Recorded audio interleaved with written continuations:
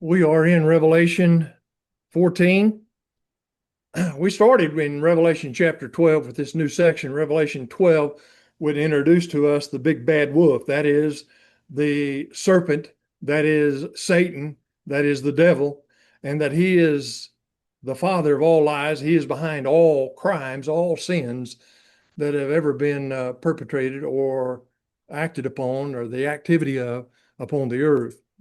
Now, we took notice that as he fights against the church and against spiritual things, and we understand that it is a spiritual fight, Revelation 12, that he has certain agents upon this earth. One of those agents is introduced to us in Revelation 13 with the sea beast, and we have taken time to try to put across the idea that the sea beast is Rome, specifically the one that's at the head of Rome at that time, which would be Nero. Later, it would be Vespasian, and later after that, it'd be Titus. We took notice also in chapter 13 that there was the earth beast. The earth beast is pagan religion or religion of the world that is trying at that time, at that age, in that century, in that decade, trying to get the people to worship the sea beast, and they did. So these agents, the governments, and the false religions would be that which would fight against the church in the first century, and in reality, by extension, would fight against the church throughout the centuries period. In chapter 14, we, after introducing the 666 mark upon the forehead and the hand, we introduced those who had the name of God and the name of the Son in their intelligence and in their knowledge and who they are, the church of God, the church of Christ. We saw the description and the virtues and the characteristics of the church, and really how they are redeemed by the blood of the Lamb. We now turn our attention to chapter 14, verse 6, and in turning our attention to that, we then call attention to a vitally important distinction that's going to go on in this chapter. We see in verse 7, fear God and give him glory, and worship him that made the heaven, the earth, the sea, and the fountains of waters. In verse 13, as we covered a little bit last week, we see those that are blessed who die in the Lord. That's an important point to keep in mind, because all men are going to die. But those who are the 144,000 that he's looked at in chapter 14, 1 through 5, they need to hold faithful. They need to hold fast. And they need to die in the Lord, and they shall rest from their labors. We now contrast the rest of the chapter, the self-inflicted fallout experienced by the beast and its followers, the direct rebuke aimed at Israel for participating in and spreading the same corruption. Israel will drink of the wrath of the fornication that they have put upon the earth, and what that fornication has produced in the mind of God, which is righteous indignation. Revelation 14, 8. The readers can assess the blessings of faithfulness against the condemnation of the spiritual fornication as we look at the chapter. We start in verse 6, and we introduce three angels.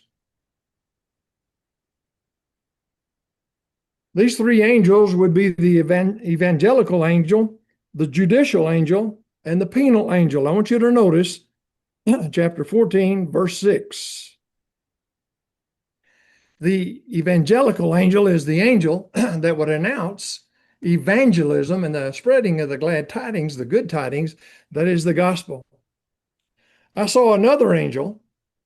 By the way, there have been angels all the way through the book of Revelation, so we're not surprised that we see another angel flying in mid-heaven, having eternal good tidings to proclaim unto them that dwell on the earth, and unto every nation and tribe and tongue and people.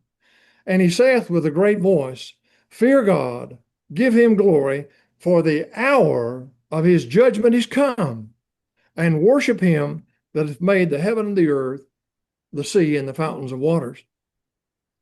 So the gospel, as this angel is proclaiming, is going to go out into the world. Jesus said, "Go ye, make disciples of all the nations, baptizing them in the name of the Father, the Son, and the Holy Spirit, teaching them to observe all things whatsoever I've commanded you." In chapter 9, we took notice that John was going to go into the world and continue to preach and teach even after he received the revelation. Well, here the angel is talking about evangelism into the world for all nations. The gospel of Christ is not just for Israel. It is for Israel. It was preached to Israel first. But as Paul would say, you have rejected it, and we turn unto the Gentiles, unto the nations.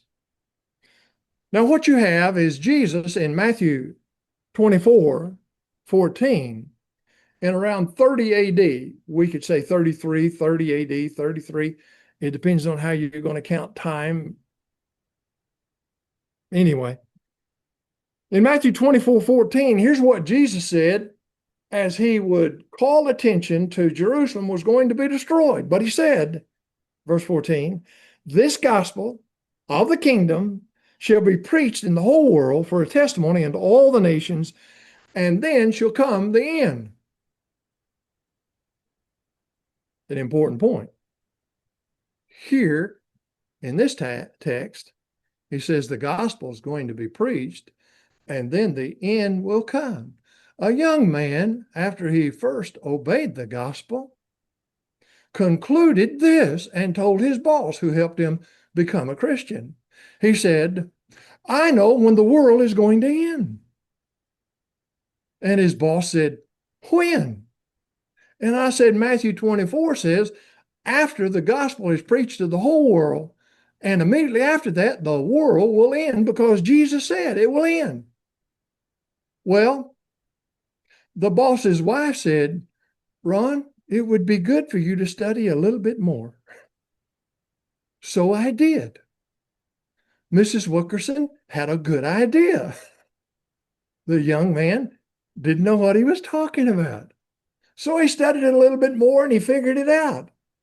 And here's what Jesus said, not only in Matthew, but in Mark and in Luke and in Revelation. Here's what Paul said. Here's what Peter said. The gospel would go into all the world, and then the end of Judaism would come. The end of Judaism is not going to come in the first century until the gospel is preached to the whole world.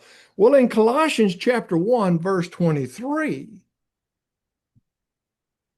which was written sometime around 63, 62 AD, thus 30 years after Christ predicted it was going to be preached into all the world. The Apostle Paul says this, Colossians 1:23, "If so be that you continue in the faith, grounded and steadfast, and not moved away from the hope of the gospel which you heard, which was preached in all creation under heaven, whereof I, Paul, was made a minister." Paul was a preacher of the gospel. So was Peter, so was John, so was James, so was the rest of the apostles, and so were a host of others that went with these men to go and take the gospel to the whole world. And Paul proclaims the gospel had been preached to the whole world. 7 years later, give or take 6 months, Jerusalem fell. The nation of Israel was discontinued. The end came, just like this passage is helping us to understand. So the evangelical angel, that doesn't mean he belongs to the evangelical church. It just means he is one who is proclaiming evangelism was going to take place in the first century, that announcement. We now turn our attention to verse 8, and we see the judicial angel. Of course, he is going to pronounce judgment, it coming to pass. He says, "And another second angel." Now, when this writer, John, says second angel, that helps us to understand he's grouping a variety of angels together. And he started with another. He didn't say it was the first, but it's the first. And now we have the second. Another angel, a second angel, followed, saying, Fallen, fallen is Babylon the Great, that hath made all the nations to drink of the wine of the wrath of her fornication. I would underline all the nations, and I would underline her fornications. She hath brought about fornication among all the nations. That's not the church. That's the harlot. Revelation chapter 17, 18. The harlot in Revelation chapter 17 and in this chapter is Babylon the Great. And is Babylon the Great in Revelation 17 is Jerusalem. The city of Jerusalem stands for Israel, that the angel said would come to an end, that Jesus said would come to an end. And so we have in verse 8 the announcement. We see the details later, but here's the headlines. Fallen, fallen is Babylon the Great. Babylon is going to fall, says the angel. We're now looking, and we could have gone more into the wine of the wrath of her fornication, the wrath of God, the wine of the wrath of God, the cup of wrath because of her unfaithfulness. By the way, we did take note last week, verse 10, he also shall drink of the wine and the wrath of God. We took note of Revelation 7:2, the wine of her fornication. All of those are talking about the same situation. There is a cup or a bowl of wrath from God upon the nations who follow her fornication, her unfaithfulness to God, her spiritual unfaithfulness for her fornication. And so there would be wrath upon them. That's the point. We're now looking at verse 9, and we see the penal angel. The penalties are detailed that are against the beast worshipers, the worshipers of the beast. Look at verse 9. And another angel, a third, followed them, saying with a great voice, If any man worshipeth the beast and his image, and we saw that in Revelation chapter 13, and receiveth a mark on his forehead and on his hand, we saw that in Revelation 13, how that their thinking, their knowledge, their intellect was totally given over to the beast and ungodliness. And they had the mark on their hand. I would suggest to you that's symbolic of the work, the ungodly deeds that were done on behalf of the beast. And there were a host of leaders in Israel that would use Rome in order to bring about ungodly things. We continue.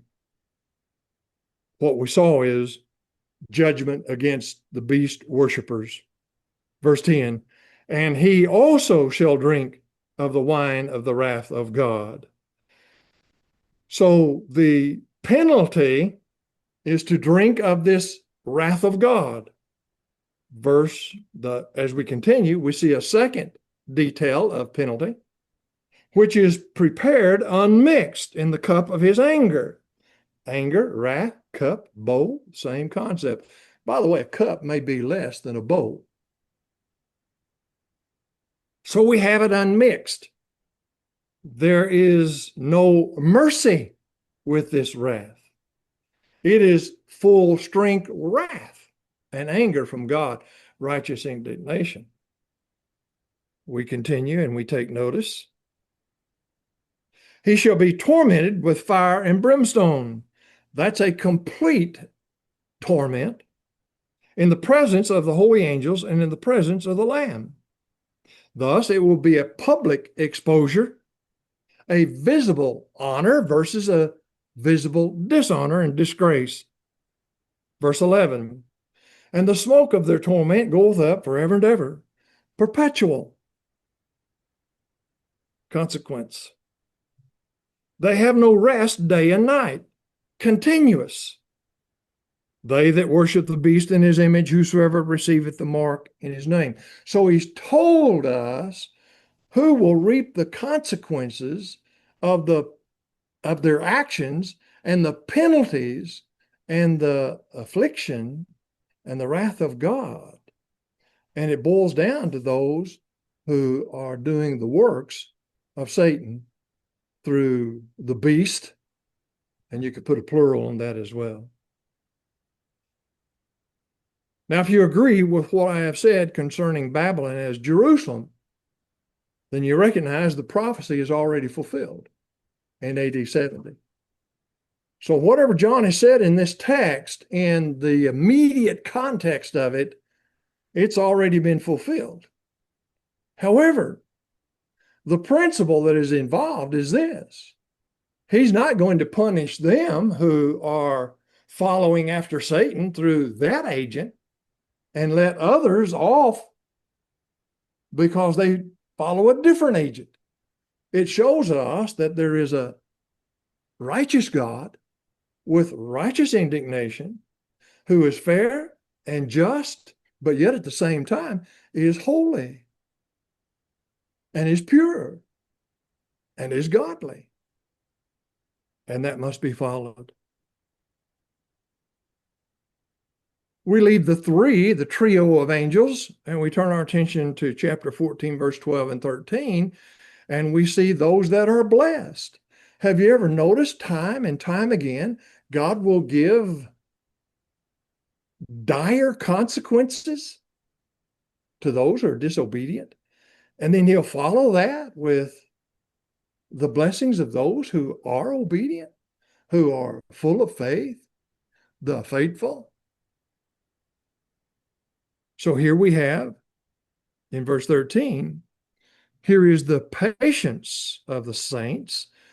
Here is the steadfastness, the endurance through duress and persecution, in which some of them would die, that they keep the commandments of God and the faith of Jesus. They follow and they are faithful in the midst of duress. That's what he just said. By the way, every time we see the word patient or patience in the Bible, it seems like what will pop up in the context would be affliction of life, hardship in life. I've said it more than once. I say it again. You may be called a patient in the doctor's office because you're patiently waiting hour after hour. But that's not what's going on in this text. Patience is remaining faithful and enduring under affliction. Verse 13, I heard the voice from heaven saying, "Write, blessed are the dead who die in the Lord." Who? Those who die in the Lord. From henceforth, yea, saith the Spirit, that they may rest from their labors, for their works follow after them. They shall be blessed. They are not going to be spared death, but they shall be rewarded after death, and they shall live. Heaven is their promise, is God's promise to them. Rest from their labors is certainly so. And the older I get, the better I like that word. Especially when Sue's daughter makes me work so hard and difficult in life. I take notice of the last phrase, their works follow after them. That means God will take account of what you do, of your deeds. Deeds make a difference. I emphasize when we come to works and deeds that we're talking about obedient faith. Obedient faith. Some want to talk about faith only, wherein works have nothing to do with salvation. James talks about that in James 2. So does Paul, as far as that goes. And some want to talk about obedience, and they're not following after the idea of being faithful. Some want to talk about exercising a faith that they themselves have made up. I always think of Martin Luther, who was very courageous against the Catholic Church in the 16th century. But he made a terrible mistake when he said, I can offer a rose in worship to God as long as I do so by faith. Mr. Luther, you cannot offer a rose because God didn't ask for it. So it can't be by faith. Well, he's got a misunderstanding of by faith. When you trust God, you hear what he says and you do what he says, you're obedient. Offering a rose is not obedience. How do I know offering a rose is not? Because it's not in the Bible anywhere. We take notice of these passages that would add to the blessings very quickly. Revelation 1:3. Blessed is he that readeth, and they that hear, and keep the things that are written therein. Revelation 16:15. Behold, I come as a thief. Blessed is he that watcheth and keepeth his garments. Revelation 19:9. Right. Blessed are they that are bidden to the marriage supper. That's an important distinction, the way he said that. You are bidden to the supper.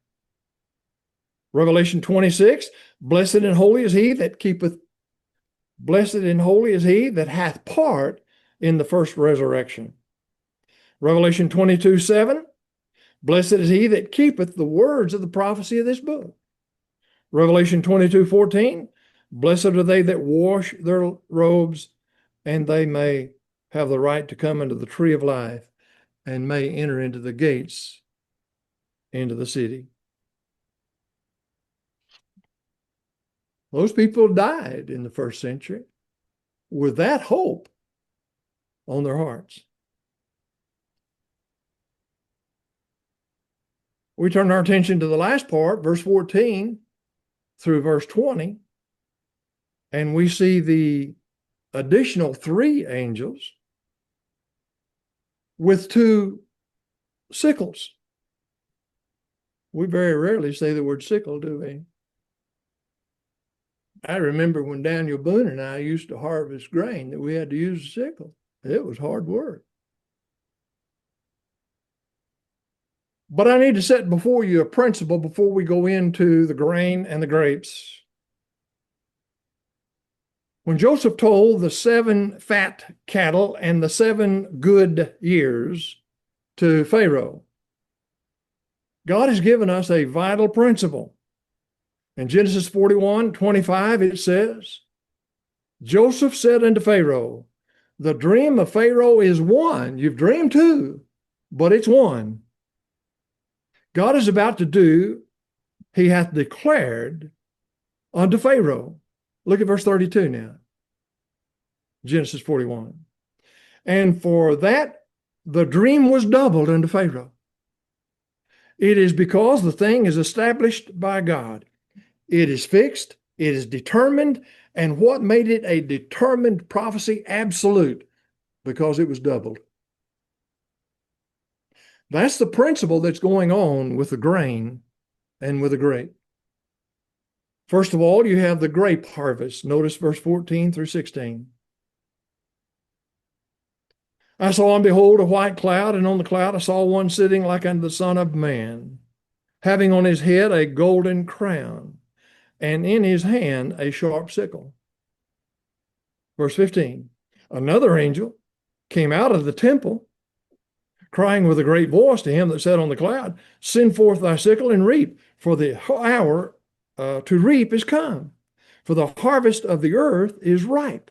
The word ripe, by the way, if you put the concept down, it is to harvest that which is dry. That's why we refer to it as a grain harvest. The word grain is not used in the text, but you put the sickle to that which is ready to be harvested. Sue and I went out to Woodward, Oklahoma to help her sister harvest the wheat. Well, the wheat was dry. We did not use a sickle on it. Jerry, the brother-in-law, used a combine, and he harvested the wheat, the dry, that was ripe, dry, ready to be harvested. That's the concept, and that's why you draw a distinction between the grapes and the grain because of the word of being ripe. Verse 16, and he that sat on the cloud cast his sickle upon the earth, and the earth was reaped. We then turn our attention from the grain harvest to the grape harvest. Verse 17, another angel came out from the temple, which is in heaven, he also having a sharp sickle. And another angel came out from the altar, he that hath power over the fire. And he called with a great voice to him that hath the sharp sickle, saying, send forth thy sharp sickle, gather the clusters of the vine of the earth, for her grapes are fully ripe. Do whatever you can with the word fully ripe. Here's why. And we're going to look at it next week, not this week, because it's in chapter 16. Whenever you go through the Old Testament and the New Testament, you will take notice that God does not immediately bring condemnation upon a nation the moment that they sin. If they did, there'd be no nations. But in the very beginning, whenever God saw that every imagination of man was only evil continually, Genesis 6, he brought a flood. Their sins, their iniquities were fully ripe. They were ready to be harvested. When you get to Genesis chapter 19, 18, 19, you have Sodom and Gomorrah. And then you have in Genesis chapter 15, one of the greatest statements ever made concerning Canaan land. God had promised Canaan land unto Abraham, but he said, the iniquity of the Amalekites is not yet full, is not yet ripe. So God waits for their sins to be fully ripe. And then you gather the clusters, and it becomes a harvest of grain and a harvest of wheat. Now, who is being harvested in this grain and in this wheat? In the grain and the grapes. God's already told us when he talked about the beast and the worshipers of the beast. These are the ones that are going to reap the harvest. Look at verse 20. Let's look at verse 19 and then 20. And the angel cast his sickle into the earth and gathered the vintage of the earth and cast it into the winepress, the great winepress of the wrath of God. We talked about the wrath of God earlier. Here it's a winepress.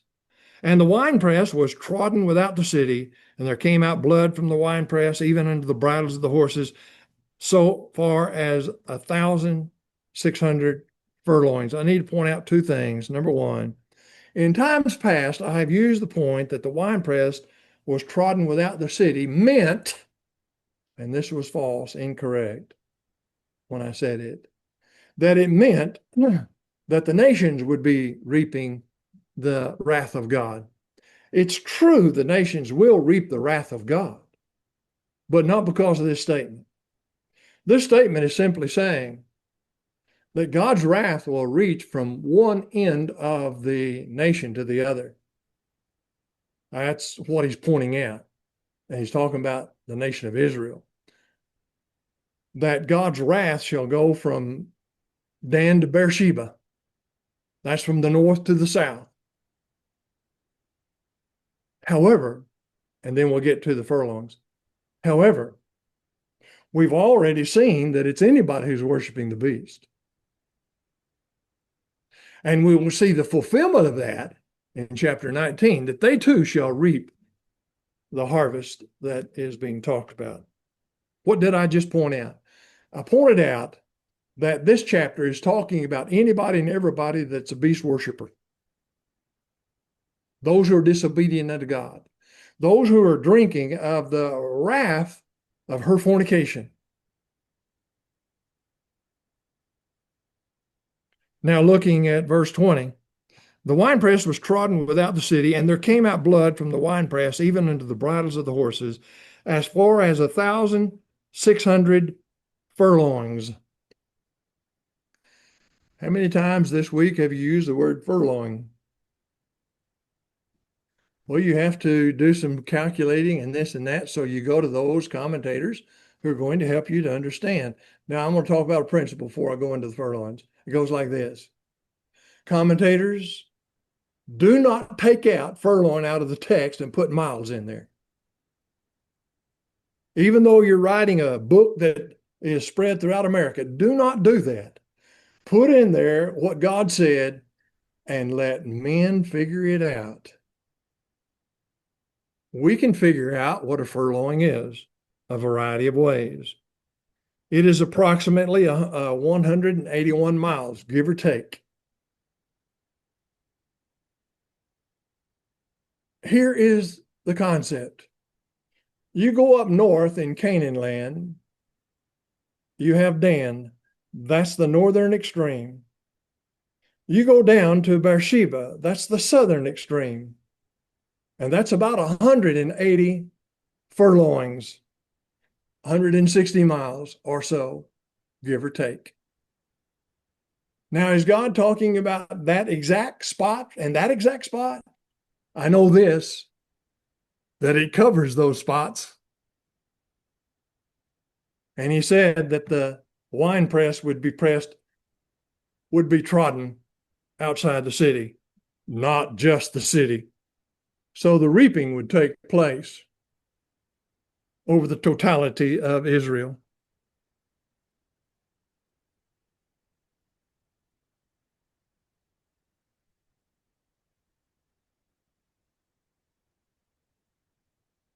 I've got 2 minutes.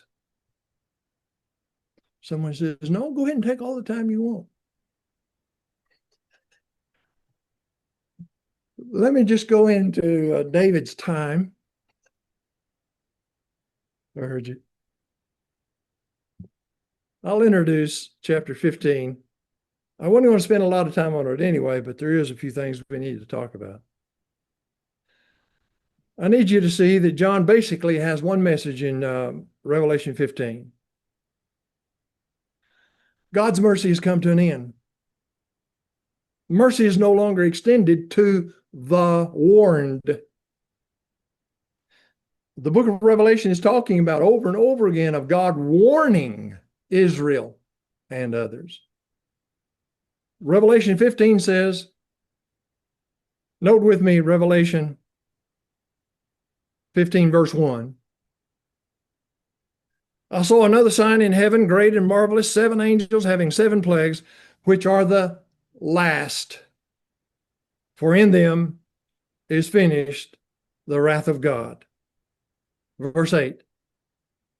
And the temple was filled with smoke from the glory of God, and from his power none was able to enter into the temple till the 7 plagues of the 7 angels should be finished. Notice we haven't met the 7th angel yet. So he just said, it is finished, and you can't get into the temple. That's a vitally important point for those in Judaism. And the principle for us to learn. We shall next week.